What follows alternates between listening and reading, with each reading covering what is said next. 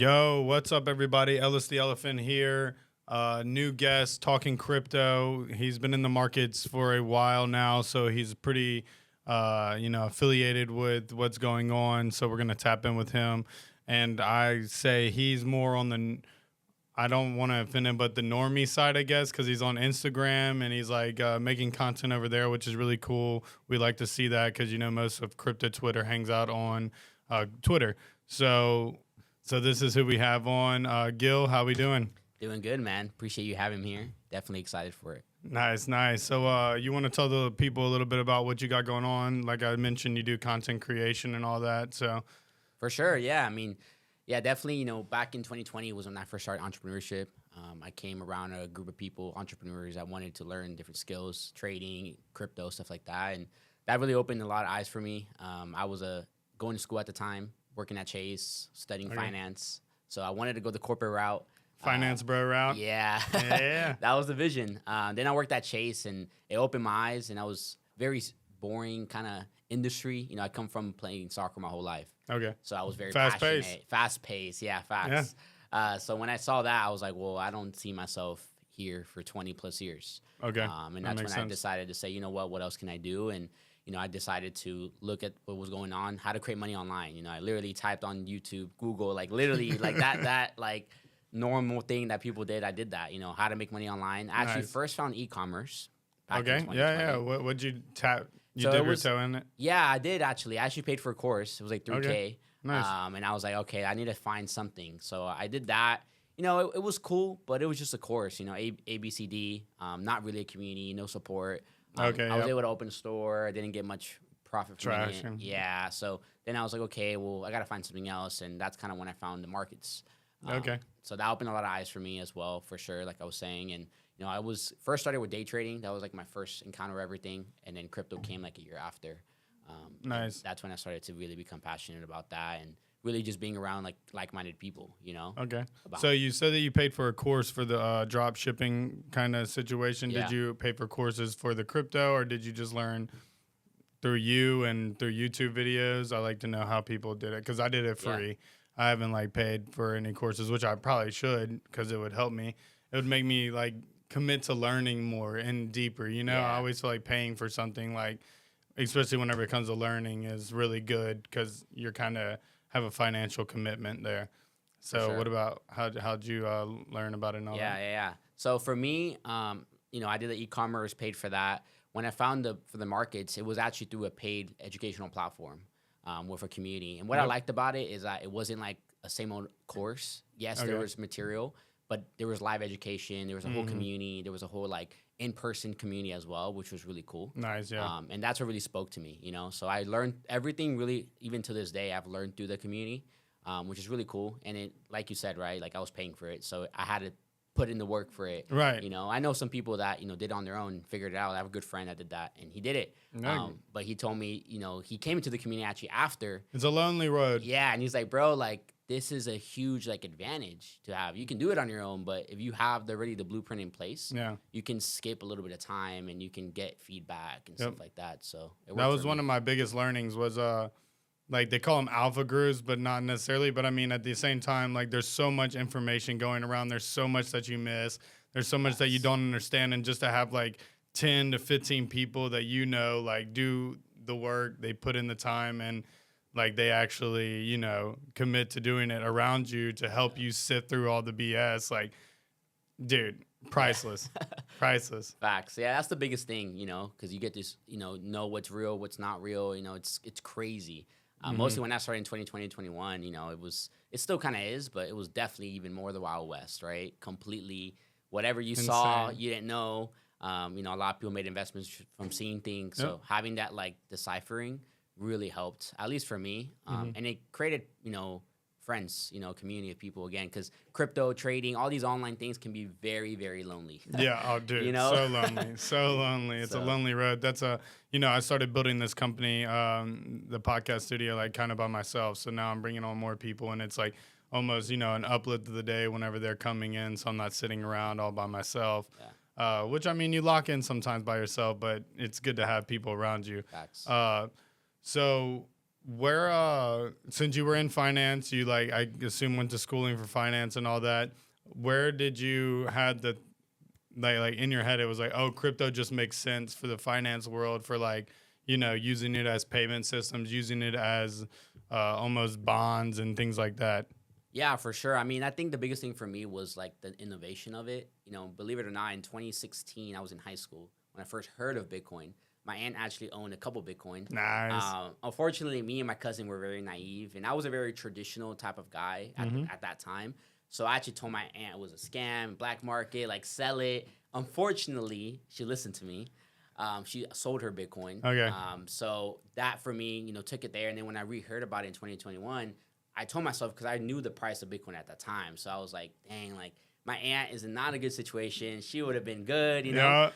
So I was like, you know what? Happens. Yeah. And I was like, let me learn first and then judge it. Yep. Right? And that was like a key lesson for me was like, let me learn first and then make my own opinion on it. Nice. And when I really started to study it through everything, the community and the platform, I was like, wow, like this makes sense. How technology is going to evolve, how blockchain is Web3 and it's upgraded the internet. And it really just started to click for me. And I was like, wow, like this could be something that definitely will be a part of the day-to-day things. I mean, the amount of money it'll just save on fees and transactions of people sending through Facts. Western Union or PayPal or things like that. I mean, but that's why they don't want us to have it because they want to control the money. So what do you see crypto being in like a 5 or 10-year horizon? Yeah, for sure. I mean, I definitely believe crypto is going to be something that there's two sides to it that I kind of give, right? Number one is obviously crypto is decentralized, right? But for it to really be adopted, there has to be some sort of centralization for it to truly be adopted, in my opinion. When that happens, I think it'll be more used on a day-to-day and like certain things will be used. But I also think it won't be as obvious. I think it'll just be a flip of the switch where now you have stablecoin. I don't know if you've heard the act that they just passed. Now, certain companies can have their own stablecoin. So eventually you'll be buying you'll be using Walmart stablecoin without you even knowing. Yeah, no doubt. So, touch on that because I actually had a few people ask. They wanted to know more about, like, give me your opinion on that bill that they passed and everything about that. Yeah, for sure. So, yeah, the new bill that they just passed, there's a couple things that they passed with it. I think the biggest one, obviously, was when it comes to, like, stable coins and basically allowing corporations or businesses create their own. And you use that to purchase whatever they want to, at their stores. Now, what they did with that is they also took away CBDCs for governments. Yep. But what people don't realize, you have to see both sides of the coin, is that they basically not giving the power to the government, but they are giving power to the big corporations. Right. It's actually more beneficial for them. I personally, because I got into crypto to get away from big government, to get away from big corporation, I see this as a very terrible thing. It is anti-crypto, in my opinion. It makes zero sense that Walmart is going to make a coin whenever they could just use USDC or use Bitcoin itself. Yeah. That's the thing. Like, we're allowing, and crypto's getting, crypto Twitter and all the crypto communities are getting so excited that, like, these big organizations are buying lump sum and all that. And it's like, no, like, this is literally what we were running away from and what we were, like, we're losing the fight. Yeah. Is what it comes down to. I mean, the fight's pretty much probably already lost, but there are BTC wells that could possibly, like, support the systems and all that if it does become, like, the new, like, gold, per se. But it makes no sense. It takes away from the decentralization part. I mean, I understand, like, yes, the viewpoint of it'll have to be centralized for mom and pop stores to even understand it or even adopt it because nowadays it's been ingrained to us that, like, the government knows best for us. Like, they know what we need, you know what I mean? But, like, at the end of the day, like, no, you just learn on your own. You have your own opinion, and then it actually betters your life. Facts. So, so what else about the bill? Yeah, so I think, I definitely agree, right? At the end of the day, it takes away from what everything was created for. But, me understanding, like, the realism of things, like, it's hard. It's very difficult, for it to be 100% decentralized and to be adopted. Yeah. Right? You have to see both sides of the coin, right? So I think it's really how you use it and how you're a part of it. I think the ones who are investors, like ourselves in the markets, will see the growth. People who aren't, they're just going to see the downside of it at the end of the day. They're not going to see the positiveness, only the same thing, same old, but also even more I think, I mean, cryptos, if you put in a centralized world, it's even more centralized than what we have now. Yeah. Everything's tracked. Everything can be. It's so much more. It's way better. I mean, it's why, like they say, it's for laundering money and all this, and it's like how is that possible? Because even the tornado cash, we have people that can follow the chain and know exactly where that money's coming from. There's a reason why things that get stolen, the second they transfer it, those people are arrested. Like it actually is the opposite of what. See, I want all of our politicians to wear like NASCAR outfits. You know, with all of the corporations that sponsor them and pay their bills, you know what I mean? And that's what the blockchain does. It opens up our eyes to seeing like, okay, yeah, this person, are they really making these decisions based off of the better interest of us or the better interest of, say, Fortune 500 companies? Yep. Facts. And I think that's I mean, that is the beauty of the blockchain, right? Mm-hmm. And a lot of people don't know about it. Obviously, we're not taught these things. But it really comes down to that. By now, governments are trying to catch up, right, with understanding and knowledge of it. Big players, I think, are already kind of understanding of it.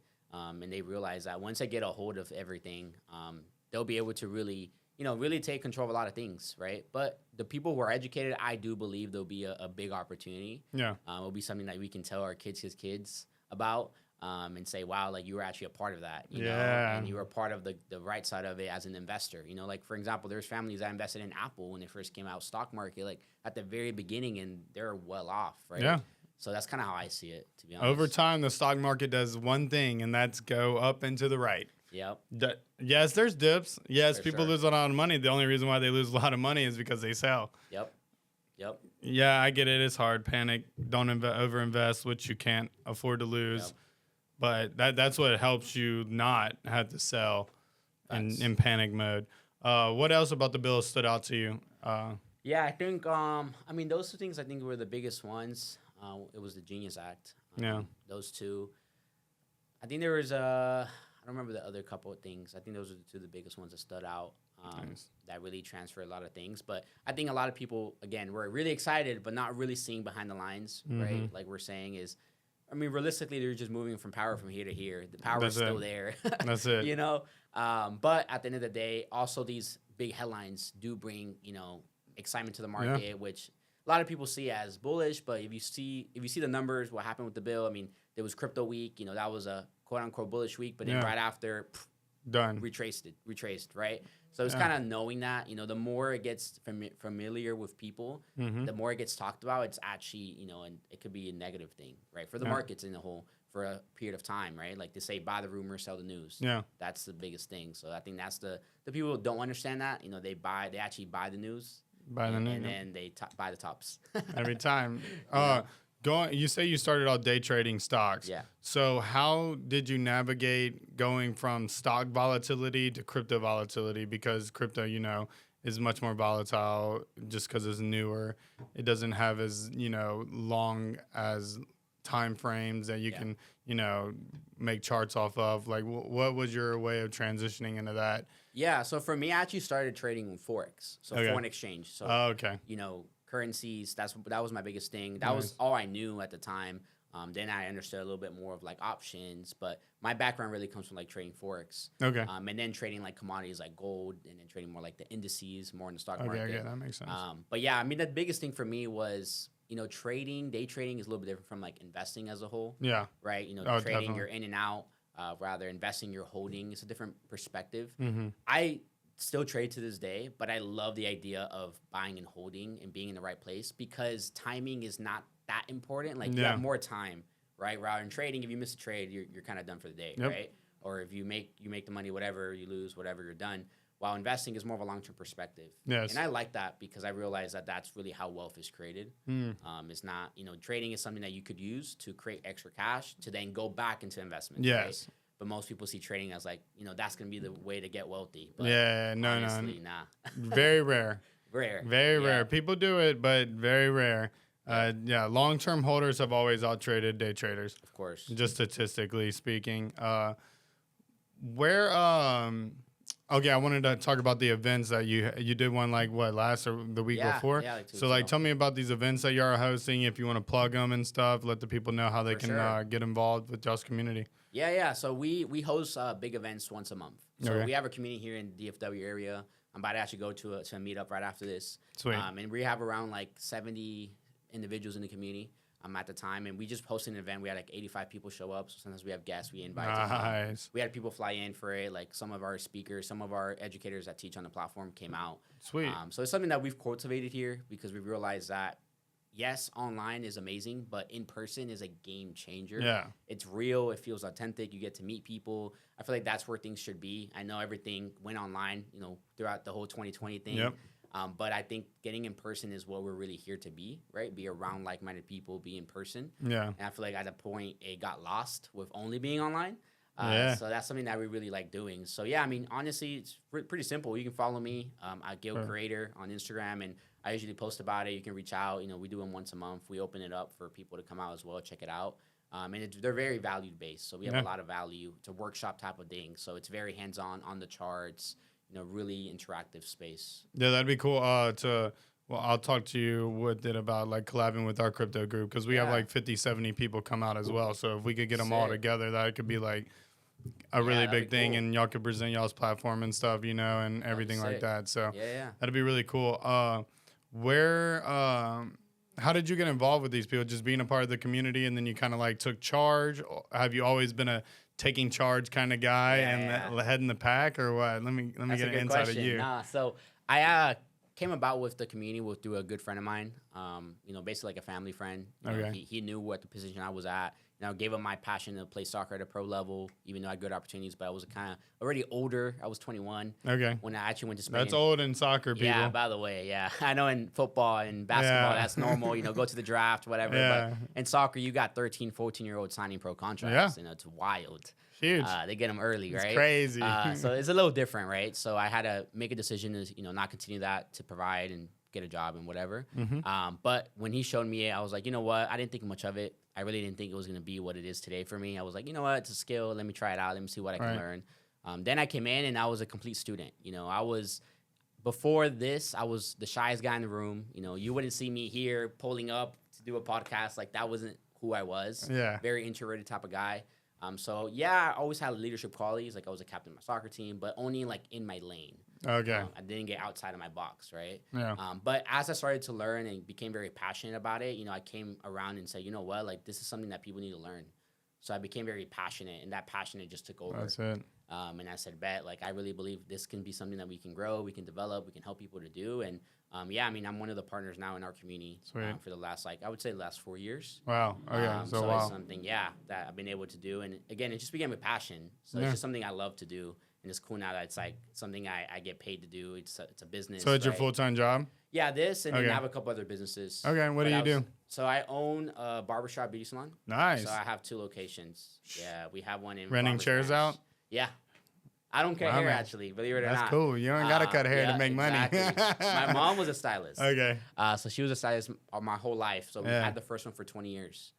Okay. 20 years this year, actually. And I kind of took it over and more on the business side like 4 or 5 years ago. Okay. And I love business, and I started to love the numbers. And I learned all of this through the community because I got around Okay. like-minded people, Yeah. So I was like, you know what else can I do? And I said, let me take over, help my family business, and start to grow Boom. that. And now we scaled it to 2 locations. That's awesome. So I do that, and then basically that trading, the community, wanting to grow a little bit of like my marketing stuff because I'm doing content, learning how to do that. So Yeah. looking to grow that, and like I told you, one day definitely having a podcast, that'll be cool. Yeah. So there's Definitely. a lot of things. Definitely. So when scaling that business, what did you find like your biggest hurdle was to maybe get to that second barbershop? Yeah, it's a really good question. I think the biggest thing for me was the numbers. Okay. Right. My parents were very traditional on paper, XYZ. I started to realize that you can negotiate prices, you can minimize this, grow this. So for me, I fell in love with the numbers, right? It's like, okay, how can we be in profit? How can we reduce expenses and rent out more chairs? Actually, even before, we weren't renting out chairs. It was all commission based. Oh. The renting chairs I came with the idea. Obviously, Way it's already better. out there. But I saw and I started to research, like, how does this business are doing it? And they're like, hey, they rent out chairs. a little bit more passive because you're not having to be there, since you're not commission based. And then they're treating it like their own business because it is. It is. And they can make more profits Way the more clients they have. Yep. So that really helped our business a lot and made it a lot more, you can say, passive, where we don't have to be there every day. And that's what I wanted. You know, I wanted my parents to be at home, you know, not have to worry about being there 24/7 like they used to be. So that was the biggest thing, was like the numbers, you know, switching a little bit of the system, how we did it. And Okay. Yeah. That's nice. Yeah, that's cool. Yeah, it's the leasing and the renting and the passive is way better, way less management, you know. Mm-hmm. And then, like you said, these people are now invested because it's their money. Yeah. Like they're actually providing for themselves, and then on the back end they're paying for the space. Yep.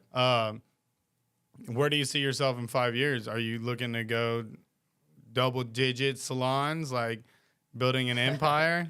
Yeah, that's a good question. I mean, yeah, I definitely, now seeing the system and how it can really be ran, I definitely want to expand, because I realize, at least, I mean, having an online business and having like a traditional business, I realize that online businesses are a little bit easier to scale, less overhead for sure.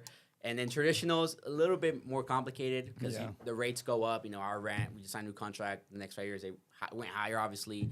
They see how well you're doing, and they're like, oh, hey, he's doing well. Yep, and they keep growing it. You know, it just doesn't stop. So it's a little bit different dynamic, but I've also realized that big empires, they make it with having multiple locations. Definitely. Right? Because one is going to cap you out. There's only so much you can do with one location, even if it's amazing, whatever it is. So my goal is to expand, you know, because I realize, and I tell this to my mom all the time, like, I mean, if you make 1,000 profit off of 10 locations, you're making 10K a month.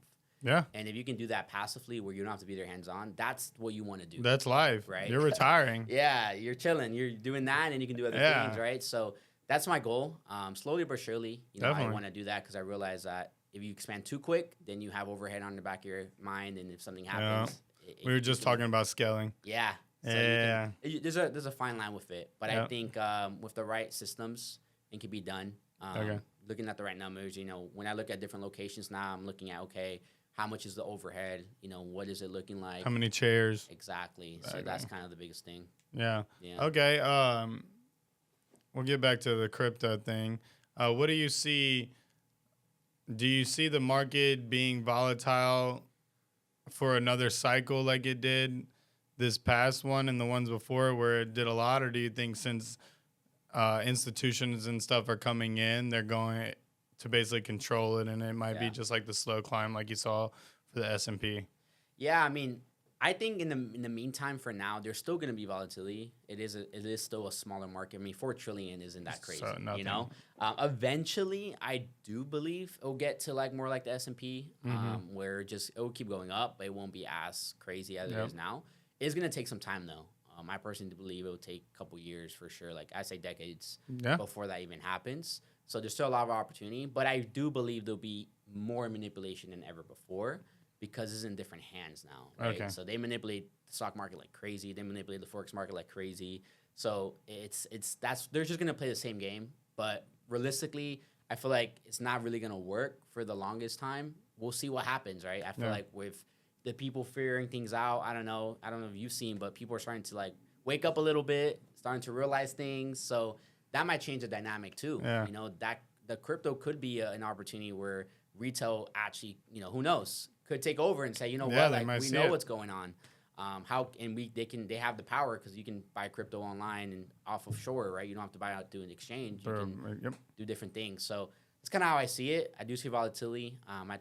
There's a lot of opportunity, but at the same time, is also the volatility is where opportunity is. Like what else is in like Chainlink, the Ondos, right? Like the different things outside of Bitcoin and Ethereum. And if you get educated, you know, you see the ones that are working. Facts. Yeah, my buddy Sean, he's a big Chainlink Marine. Yeah. He got his whole family to buy Chainlink in 2022. Yeah. Or 2021, whichever the top was for Chainlink. That's whenever he got his whole family to buy it. So typical. Shout out to Sean. Yeah, everybody has that one. Facts. So you got anything else you want to talk about? Did you come in with anything that you wanted to talk about crypto-wise? I mean, honestly, yeah. I've just been drilling you with questions. So. Nah, you're good. I mean, more for you. You know, how was your journey with crypto? To be honest, that would be interesting. So it was 2017. My friend just hit me up and was like, "Yo, send me some money. I'm gonna buy this thing for you." Okay. So I was like, "All right." I sent him like $1,000 or something like that, maybe a 600. And he bought BTC, ETH, Litecoin, and Lind at the time, which is now Aave. So Wow. didn't talk to him really about it. 2019 rolled around. He was like, "Hey, it's kind of worth some money. Do you want it?" And I was like, "Yeah, that's cool." So I got it, held on to it. Then like the craze came, saw how much it went up, took profits there, and then basically like kind of went dormant. We never had a Twitter or anything. And then 2021 hit, and then the NFT went crazy. I bought a fake Bored Ape for 0.7 instead of buying a real one for 1.3. I bought a bunch of the wrong NFTs, like starting off, burnt through a shitload of ETH. And then just kind of like sat back, had some good investments pop off, made some good ones with like Compi Pandas and Sappy Sills and things like that. I got like free tokens from them, made some good coin moves. So I came out pretty well, but not like anywhere near what I should have. Yeah. And I over rotated a lot. So like it was a big learning for me. Like, yo, we don't need to like, chasing the hype. Yeah. All this is how you're going to get burned every time. Facts. So, I burnt through a lot of capital doing that. Whenever really, if I would have just sit in my assets, I would have been way okay. Yeah. So did that. Then the dip happened. I kind of walked away with a little bit of money. And then I was like, all right, this is going to be a thing for sure. So I was doing land surveying at the time. I got 2 other jobs on the side. One was picking up trash at apartment complexes. Oh, wow. Because I wanted to make money and lose weight. Okay. So what better way to lose weight than running stairs 6 times a week? You know what I mean? So I would have like 2 apartment complexes a night, go to one, run around, pick it up, go to another, pick it up. All that money got dumped into crypto, the whole bottom. Got an insurance check, canceled out all my debt. The rest of it went into crypto. So I was sitting pretty good at the bottom. And then like I just knew it was going to come back. And it did. So I started selling off on the top, got the studio. Wow. And really haven't looked back since. I hated land surveying. It was hot. Yeah. I had to dig holes. I worked for somebody else. It was like 12, 13-hour days. Jeez. I'd much rather do 12, 13-hour days here than out there. In the AC, right? It's hot, bruh. It's hot out there in Texas. Facts. But I did some crazy shit land surveying, dude. I mean, I cut down like 300-year-old trees and like shit like that, like watching them fall. I surveyed like DJ Khaled's house and other people like that. So, like, in Miami, got to survey on the beach. I've probably been to more spots in Miami than somebody that's lived there their whole life just because I got to see the whole everything. And then here, it was just crap. I was on construction sites the whole time, so I was like, this isn't really my thing. Yeah. So I did that, and then I got another job in sales. It was a multi-level marketing scheme. I realized that basically killed it because I figured out their system, made a shitload of money, was still doing like the trash, dumping everything that I had in, and then the market started to rise. I quit the multi-level marketing company, turned around, got my own contracts with DirecTV and internet companies to do internet sales for them because they don't have a sales force. Yeah. They don't have a sales force. They literally their whole life, all these companies have had LLCs selling their products for them. They had no like overhead or anything. And then, just did that. And then now I'm here. And then I opened up the studio. Yeah, dude, it's been a journey, Yeah, man, I just think back on it sometimes and I'm like, damn, people are going to say I got lucky, but really you went through it. That's what it sounds like. Nah, that's cool. I think, stories like that is really cool, right? Like the entrepreneurship journey, like the having to have multiple jobs, grinding it out. I think that's the biggest thing. And a lot of people don't talk about that, right? They talk about the end, overnight, it was easy, it was chilling. But the grind, you know, the over hours, even with crypto, you know, the studying at night, you know, looking at the markets. I remember when I bought ETH at 1,200 after I got a stimulus check. That was my first time in crypto. Yeah. It was like 2 a.m. I was up, and I was at the time, like, I was knowledgeable about, like, you can buy part, obviously, of a crypto, but I was like, nah, I want 1 ETH. Of course. So I waited, and I waited for that wick entry. Okay. So then I was like, bet, let me buy an ETH. Probably worked out well. Yeah. I mean, you're looking good now on that $1,200 buy. Yeah. So, nah, it was a good one.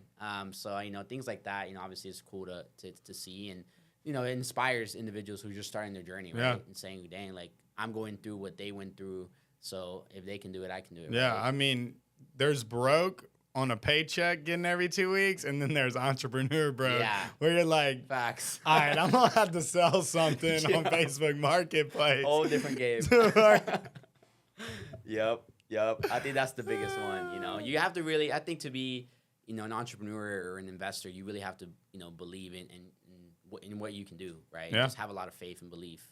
And, I mean, I think that's why it makes you the strongest, right? Because it takes so much, but the end of it, which I think both of us are still in the journey of it to get to the end, right, is fortunate. It's amazing because it's who you become through the process, not just what you gain. What you gain is a byproduct of who you become, you know? And that's what some people don't talk about. So Agreed. Well, man, it's a long journey, but we're going to get through it, and I'm going to hit you up about, well, I actually just had like 3 ideas pop in my head that I'm going to talk to you about after this. Sure. One's going to be, have you had anybody DJ inside your barbershop yet? I haven't. Okay, well, we're going to talk about that because that'd be a cool little like party type vibe. People come in, get cuts.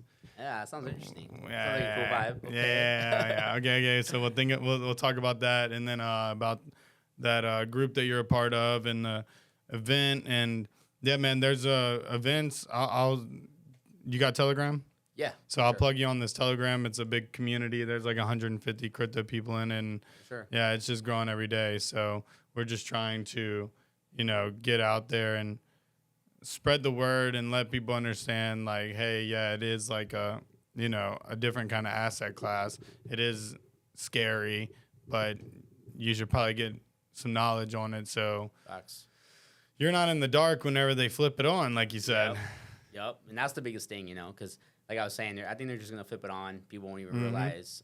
But the ones that are in, they will understand. And, you know, you got to just be smart, you know, and be open-minded to get educated. I feel like there's a lot of ego, you know, to be honest. And the market, it's like, nah, I can figure it out. But yes, you can. But if you kind of open-minded, you learn from people, you take certain pieces, that's how you really cultivate a strategy that works. For sure.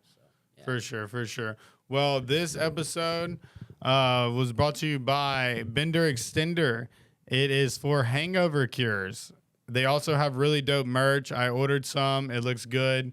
We're going to be shooting a promo video for that probably within the next week whenever we get our merch in for ELE Studios. That will also be in the description here at the end.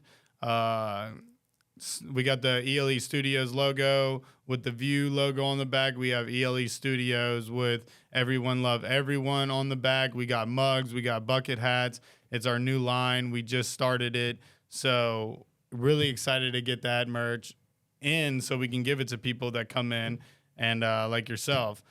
Do you have any websites or anything like that along the lines? You said follow Gil_Creator? Yeah, so at Gil Creator. At Gil Creator. On Instagram. Yeah, I'm basically on Instagram. Obviously, I'm also have a Twitter, Gil_Crypto. I think that's my Twitter. But more on Instagram. Because my biggest thing is, you know, I know Twitter's a lot of things. I'm in there, you know, looking at certain things. But, you know, I think it is good to be, like, out there as well. You know, mostly if you're an entrepreneur. So, yeah, at Gil Creator, you can follow me. We can connect. And, yeah. So how long have you been making your content? I like it. You post good reels and all that. What? Yeah, like how long you been doing that? Yeah, I mean, I started content creating, I would say, like 4 years ago throughout my journey. And, you know, there's the beginning were a little funny. I was just learning, you know, and I got in better and better and better. And I just love it because you can spread a lot of things. You can do a lot of things with it. And, you know, I think now creating a brand is, I think the number one asset is creating your brand. It is. More than ever. Your name is the most important asset you have. You know, Gary Vee talks about that, right? People are looking at Nike. They're looking at people's names. Michael Jordan. They're looking at, you know, Grant Cardone. You know, you don't know his companies. Met Grant Cardone. Hung out with him in VIP at the Consensus. Yeah, nice guy. Yeah. So And- exactly. So building a brand is something I really am focusing on. Yep. Because I know that's a huge commodity if you do it the right way. And yeah. You become what is it? Something name? What did they say? Household name. Yeah. You know. Yep. Would love for ELE Studios to become a household name, but that's also why I post stuff on my page because, Yeah. you know, I want them to associate me with ELE. Yeah. Facts. Gives them a relationship. So that's cool. Yeah, I haven't been creating very much like actual content for like maybe 8 months now, and it's going good. Learning a lot, learning the world of video editing because of the podcast. Yeah. Just trying to do everything in house. Where you don't do any like consulting or anything like that? Not at the moment. I definitely, that's something I do see myself getting into. Yeah. Once things really scale for me. Right now, I really just focus on scaling everything that I have. Yep. But I think I really like that idea, you know, because you get to help people, which that's what I like to do, helping Thanks. people that need help with certain things, but also having a proven system. So definitely see myself getting there. I'll probably play it differently than most people because I always like to think outside the box. Yeah, that's how but you yeah, I think win. it'll be Find your something cool. niche. Yep. Exactly. Yeah, that's what I found. Been getting a lot of calls for like in-home podcast studio setups and stuff like that. So just helping them out. That's cool. So that just another thing that I'm doing that's fun. Yeah. And it makes it's different, you know, a little different every day. And you only talk to them like once every 1 week or 2 weeks or whatever, but it's still cool. It's like the personal trainers that just check up on the people. Everybody needs a little checkup person. Facts. That's Yeah, the biggest one. Yeah, man. So, this has been a great talk. I appreciate you coming in. We'll link up and collab on a lot of stuff, I feel like, because we both see the growth of crypto and, like, building a community about it. Because that's another thing that I want ELE Studios to be associated with is, like, kind of crypto, which is kind of, like, on the fringe and, like, edgy. But, like, I believe that people need to learn about it. So that's why I like to keep it front and center with what we do. Yeah, no, thanks for having me. You know, I'm definitely excited to connect still, be connected. And it's crazy because we met on social media, right? And that's what I tell people. You never know who you can meet. My DM. best friends are literally from Instagram. Yeah, it's DM. Yeah, facts. Straight Knock up. the door. You never know. Yeah, well, you're going to get like 99 no's, but that one yes is that's the cherry on top. Of course, always. Heck yeah. Well, I appreciate you coming in, man. This has been the Elephant's Corner. Gonna keep doing these. This should be out. Well, you're gonna literally listen to this, so never mind. It'll be out whenever you listen to it. Thank y'all very much.